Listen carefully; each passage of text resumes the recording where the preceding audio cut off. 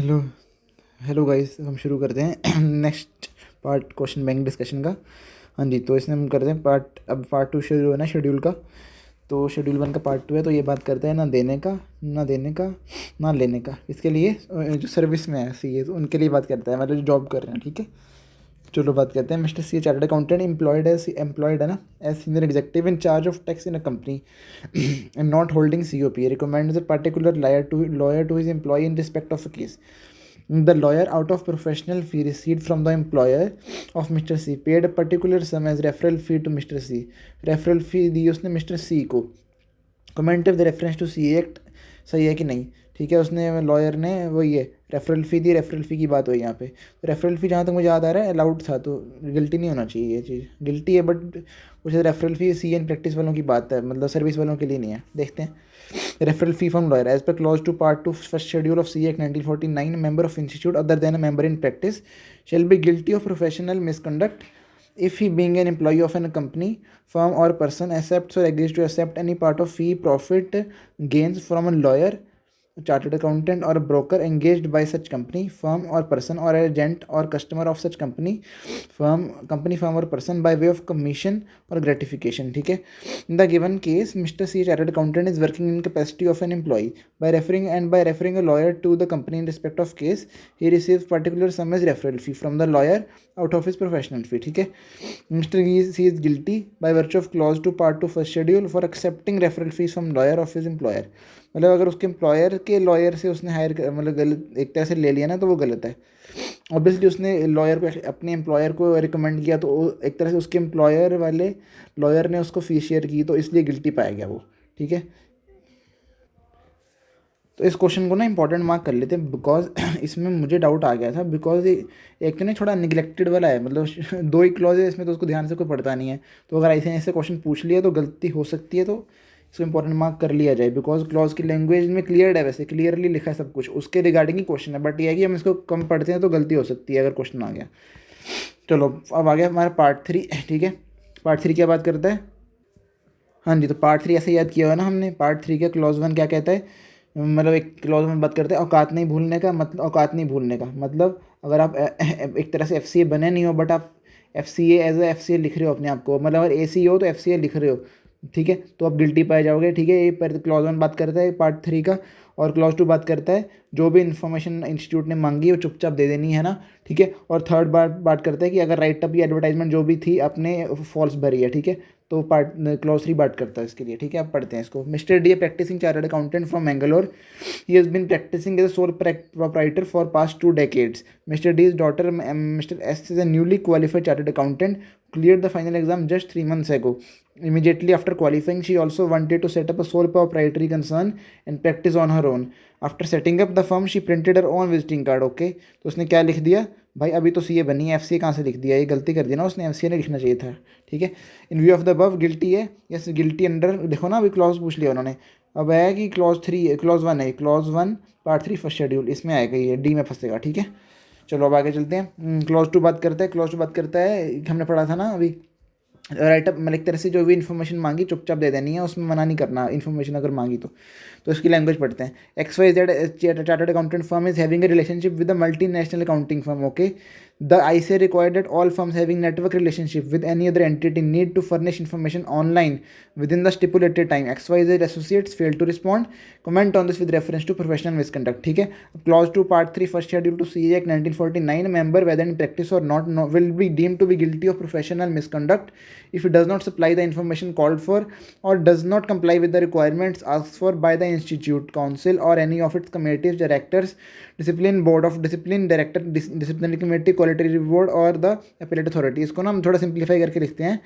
मतलब इन्फॉर्मेशन अगर किसी ने मांगी है, इंस्टीट्यूट ने मांगी, या काउंसिल ने मांगी, या कोई कमेटी ने मांगी उनकी, या डायरेक्टर डिसिप्लिन ने मांगी, या बोर्ड डिसिप्लिन ने मांगी, या डिसिप्लिनरी कमेटी ने मांगी, या क्वालिटी रिव्यू बोर्ड ने मांगी, या अपीलेट अथॉरिटी ने मांगी, ये सब आपको ना याद हो जाएंगी। कोई institute, council, committee, director discipline, board of discipline, disciplinary committee, quality review board, appellate authority, ये सारे मैंने बिना देखे बोले, बिकॉज अभी लिखे हैं तो लिख के थोड़ा याद हो जाता है। अगर लिंक दिमाग में लिंकेज बन जाती है, आप भी लिख के थोड़े से नोट्स बनाओ अपने। ठीक है. In the given case XYZ associate chartered accountant firm is having a relationship with a multinational accounting firm in India. ICAI required that all firms having net relationship need to furnish information within stipulated time. XYZ failed to respond, therefore guilty under clause 2 part 3 first schedule. Clause 2 part 3 first schedule. Clause मतलब एक तरह first schedule का part 3 का clause 2, clause through part 3 first schedule. ठीक है.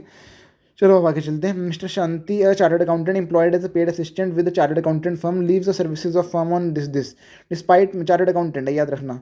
ठीक है. Despite many reminder from ICAI fails to reply regarding the date of leaving. मतलब इन्फॉर्मेशन दी नहीं उसने, इन्फॉर्मेशन मांगी दी नहीं, तो क्लॉज फिर उसमें फंस जाएगा. क्लॉज 2 पार्ट 3 फर्स्ट शेड्यूल और 231 में फंस जाएगा.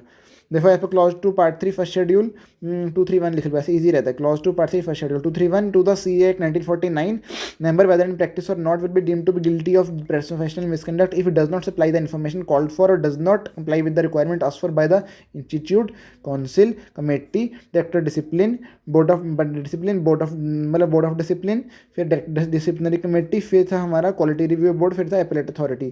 ये सारे लिंकेज वाले ही हैं, मतलब आप 2-3 बार पढ़ोगे तो याद हो जाएंगे. कोई और फ्री के नंबर है, अगर पूरा लिख दिया ऐसे तो प्रोफेशनल एथिक्स में तो पूरे नंबर खींच सकते हैं ना अपन. ऐसे में तो पता नहीं काफ़ी कहाँ से पूछ लिया, ऐसे एग्जाम सी को तगड़ा बना दे. इसमें तो नहीं गलती करनी ना, अगर बार बार पढ़ लिया तो गलती होगी नहीं. In the given case, Mr. Shanti failed to reply to the letters of the institute asking him to confirm the date of living as a paid assistant. ठीक है. मिस्टर देखो, therefore Mr. Shanti held guilty of professional misconduct as per 231 और to the CA Act 1949. ठीक है. अब comment with reference to CA Act, फिर है while applying for certificate of practice did not fill in the columns. Information मांगी थी columns में, दी नहीं. मतलब एक तरह से फॉर्म के अंदर इन्फॉर्मेशन लिखी हुई है कि आपको ये लिखना है, और दी नहीं, भाई साहब ने भरा ही नहीं. Which solicit information about his engagement in other occupation or business which he was indeed engage in a business. ठीक है. While he was indeed engage, मतलब बिजनेस में एंगेज था तो भी उसने भरा ही नहीं वो कॉलम, भाई गलती कर दी ना. फिर आया 231 to the CA Act 1949 member in whether in practice or not will be GOPM deemed to be GOPM if it does not supply the information called for or does not comply with the requirements asked for by the institute, council, committee, director discipline, board of discipline, disciplinary committee, फिर आगे quality review board, फिर appellate authority. सब याद हो गया ऐसे ही, बिना बिना बिना देखे बोले हैं बिल्कुल. आप भी ऐसे ही बोल दो, बस लिख लिख के देखो और ऊँची बोलो. In the given case, Mr. G, chartered accountant, while applying for a certificate of practice, did not fill in the columns which solicit information about his engagement in other occupation or business, while he was indeed engaged in a business. ठीक है. Details of engagement in business need to be disclosed while applying for a certificate of practice as it was the information called for in the application by the institute. ठीक है. Therefore guilty under the clause 2 part 3 first schedule 231 के अंदर guilty of the CA Act 1949. ठीक है. इसको ऐसे लिख लो भाई, 231 बड़ा इजीली वही हो जाता है याद ऐसे. ठीक है. अब पढ़ते हैं हम किस पे बढ़ गए हम इसके आगे हम पार्ट 4 में आ गए फर्स्ट शेड्यूल के. इसमें क्या बोलता है, इसके पार्ट 4 फर्स्ट शेड्यूल बोलता है, हाँ, अगर राइट ऑफ फॉल्स दिया तो इंस्टीट्यूट जेल कर देगा 6 मंथ से नीचे की, और इंस्टीट्यूट का नाम नहीं खराब करने का. ये 2 क्लॉज है इसके अंदर.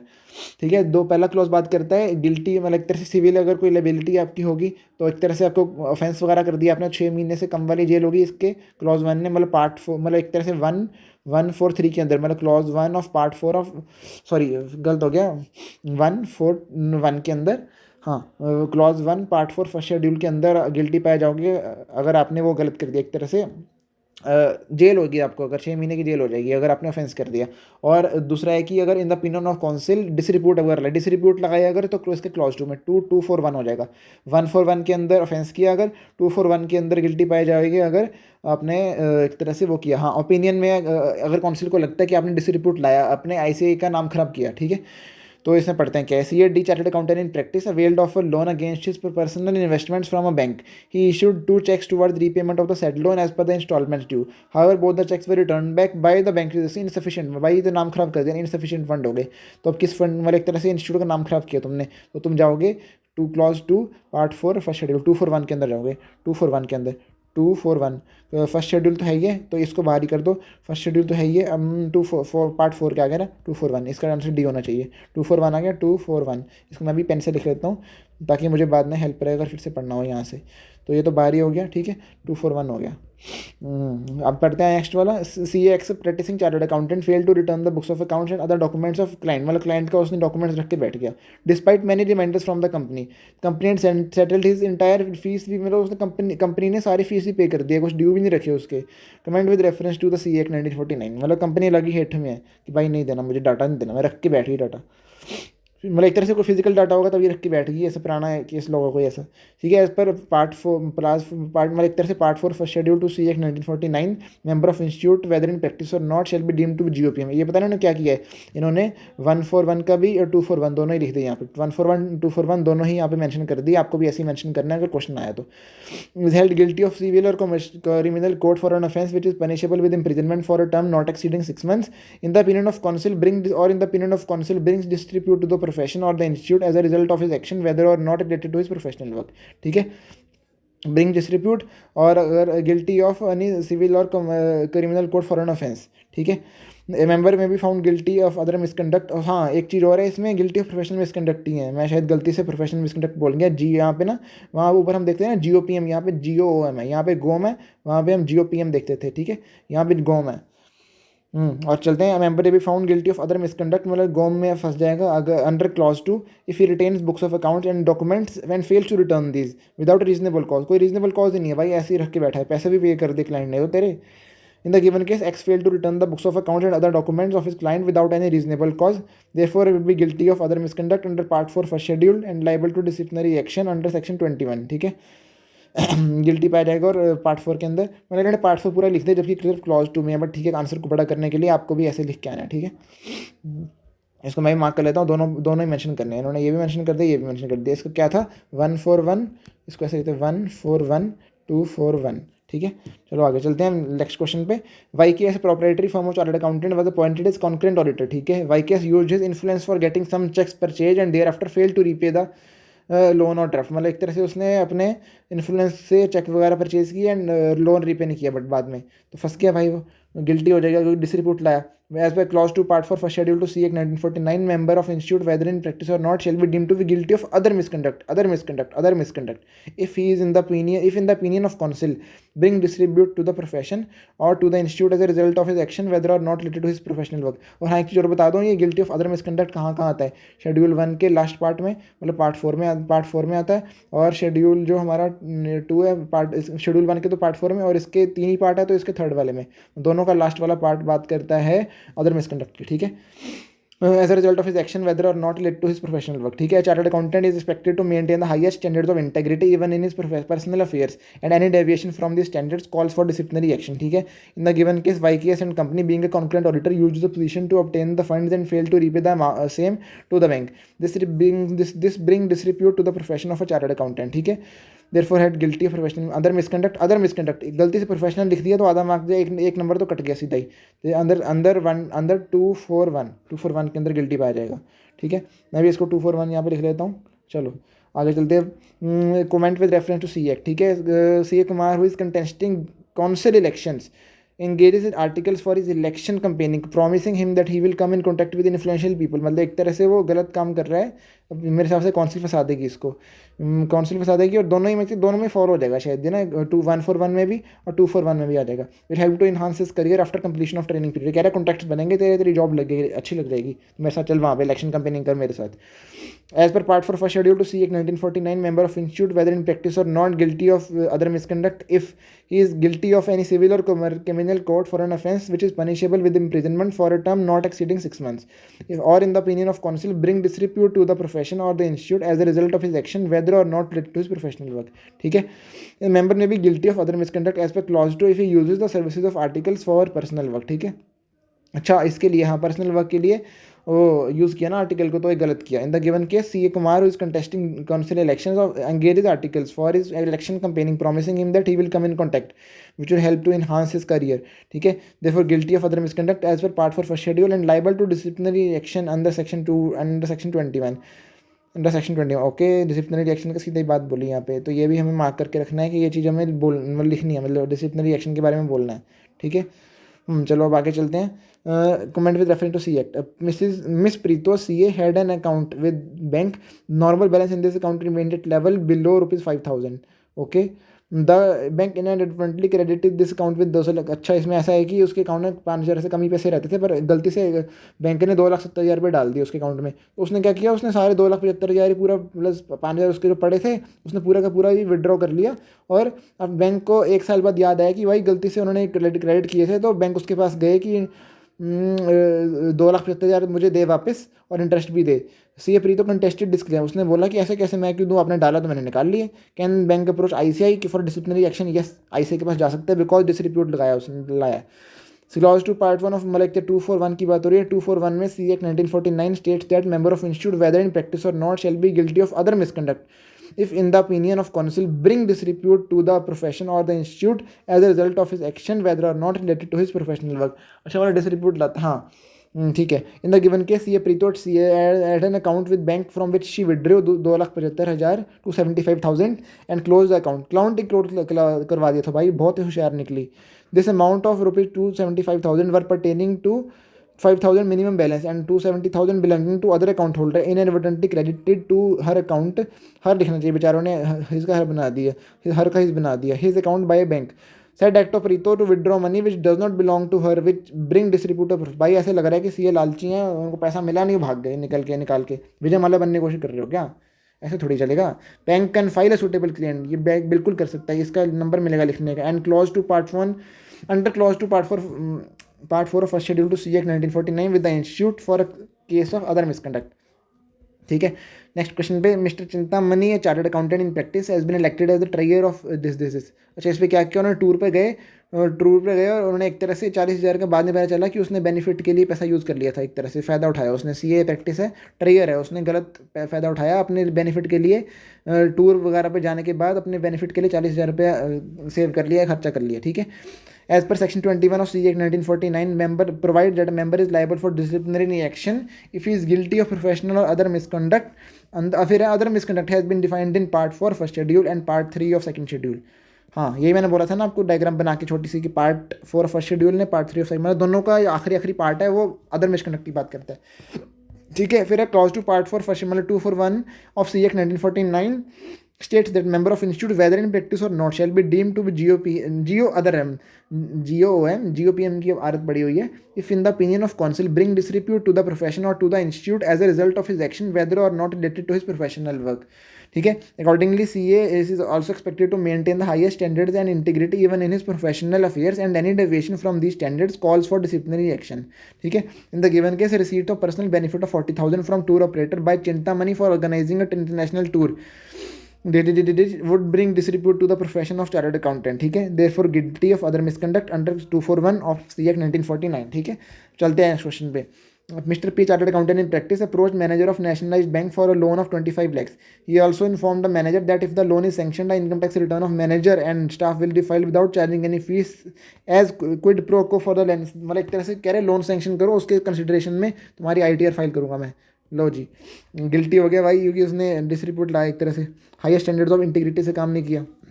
बात करते हैं 241 of C act 1949 states that a member of institute whether in practice or not shall be guilty of other misconduct if in the opinion of council bring disrepute to the profession or to the institute as a result of his action whether or not related to his professional work। Accordingly, chartered accountant is also expected to maintain the highest standards and integrity even in his personal affairs and any deviation from these standards calls for disciplinary action। ठीक है, in the present case the action of Mr. P, chartered accountant in practice offering free service in return to sanctioning of loan bring disrepute to the profession of chartered accountant। ठीक है, conclusion क्या है, Mr. P held other guilty under 241। ठीक है, चलो खत्म। A chartered accountant is liable for disciplinary action under clause 21 of CA Act 1949 if he is found guilty of any professional or other misconduct। ठीक है, explain the meaning of other misconduct with the help of 2 illustrative example। ये तो ज़्यादा हो गया। अच्छा, example भी क्या है यार, एग्जाम्पल थोड़ी पूछने पागल हैं ये। 24 ये पूछ रहे हैं 241 लिखो और 242 लिखो, 242 थोड़ी लिखो यार, मैं भी क्या बोल रहा हूँ। 141 लिखो और 241 लिखो, 242 थोड़ी बोलेंगे।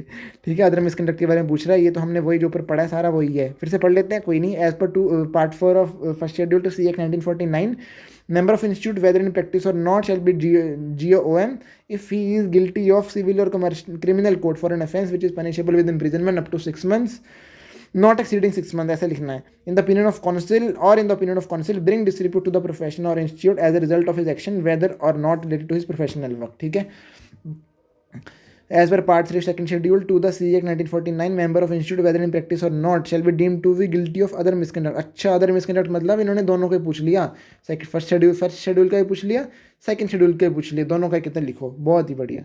इसको मार्क कर लेते हैं, पार्ट 1 फर्स्ट शेड्यूल, पार्ट 3 और सेकंड शेड्यूल। ठीक है, चलो, member of institute whether practice or not guilty of other misconduct if he is guilty of any civil or criminal code for an offence which is punishable with imprisonment for a term exceeding 6 month. ठीक है, कम 6 month से कम वाले यहाँ पे, 6 month से ज़्यादा वाला यहाँ पे। ठीक है, some illustrative example where member may be found. अच्छा एग्जाम्पल भी इन्होंने दे दिया, सॉरी मुझे लगा था सिर्फ क्लॉज के नाम देंगे। ठीक है, मेरे इसके लिए इन्होंने एग्जांपल दे दिया, where chartered accountant retain the books of account and documents. ये हमने जो क्वेश्चन पढ़े ना, क्वेश्चन को एग्जांपल में लिख दिया बस। Chartered accountant make material miss representation, मतलब क्लाइंट को कहीं रिप्रेजेंट करने गया, क्लाइंट के बारे में गलत वलत बोल के आ गया, तो गलत कर दिया ना उसने। Where chartered accountant use the services of his article for purpose other than professional work. ठीक है, चलो जी फंस गया। Mister appropriation of office bearer by office bearer, ये हमने पढ़ लिया, वही वाला जो टूर ऑपरेटर था। ठीक है, टूर ऑपरेटर से 40,000 रुपये ठग लिए उसने, ठग लिया मतलब अपने बेनिफिट के लिए यूज़ कर लिए। फिर non replying within a reasonable time and without a good cause to the letter of public authorities. ठीक है, where chartered accountant had adopted coercive methods on a bank for having loan sanction. ये भी हमने देख लिया, check उसने दे दिया, cheque bounce हो गए, तो बाद में गिल्टी है। मतलब पहले भी गिल्टी है क्योंकि उसने गलत मिसयूज़ किया, अगर बाद में बाउंस हुए फिर भी गिल्टी है, बिकॉज इंस्टीट्यूट का नाम खराब कर रहा है, दोनों के लिए गिल्टी है। फिर है C A D chartered accountant in practice availed or loan against his personal investment from a bank. ठीक है, he issued 2 checks toward repayment of the said loan as per the instalment due.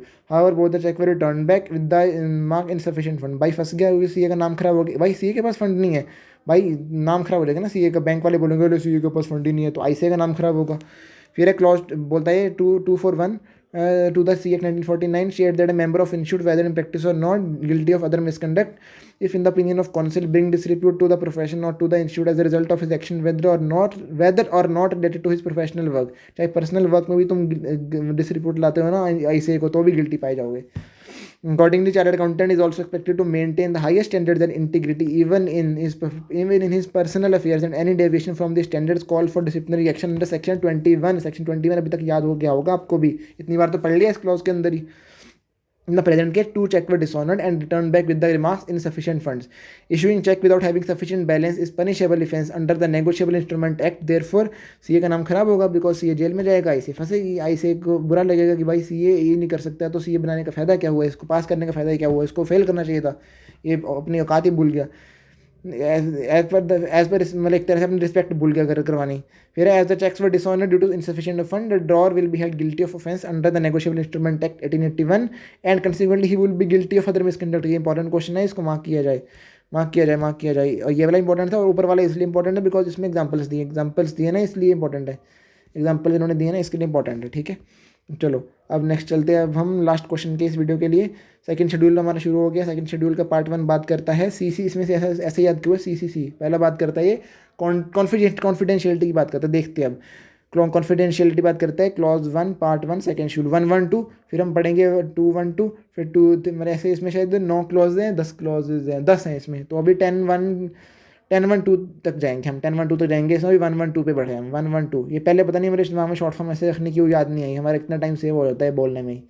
चलो पढ़ते हैं। Mister B chartered accountant in practice was invited to deliver a seminar on GST which was attended by professionals as well as representatives of various industry. ठीक है, one section of audience raised a particular issue unique to the industry and Mr. B enthusiastically explained the issue, elaborated how he actually solved this for his client। भाई client के लिए solve किया, ठीक है अच्छी बात है, बट उसने देख क्या किया आगे, with worked out examples from the computer storage device using the actual data of the one of his clients with full identification of client details being display to the group for the sake giving clarity on topic in real life situation.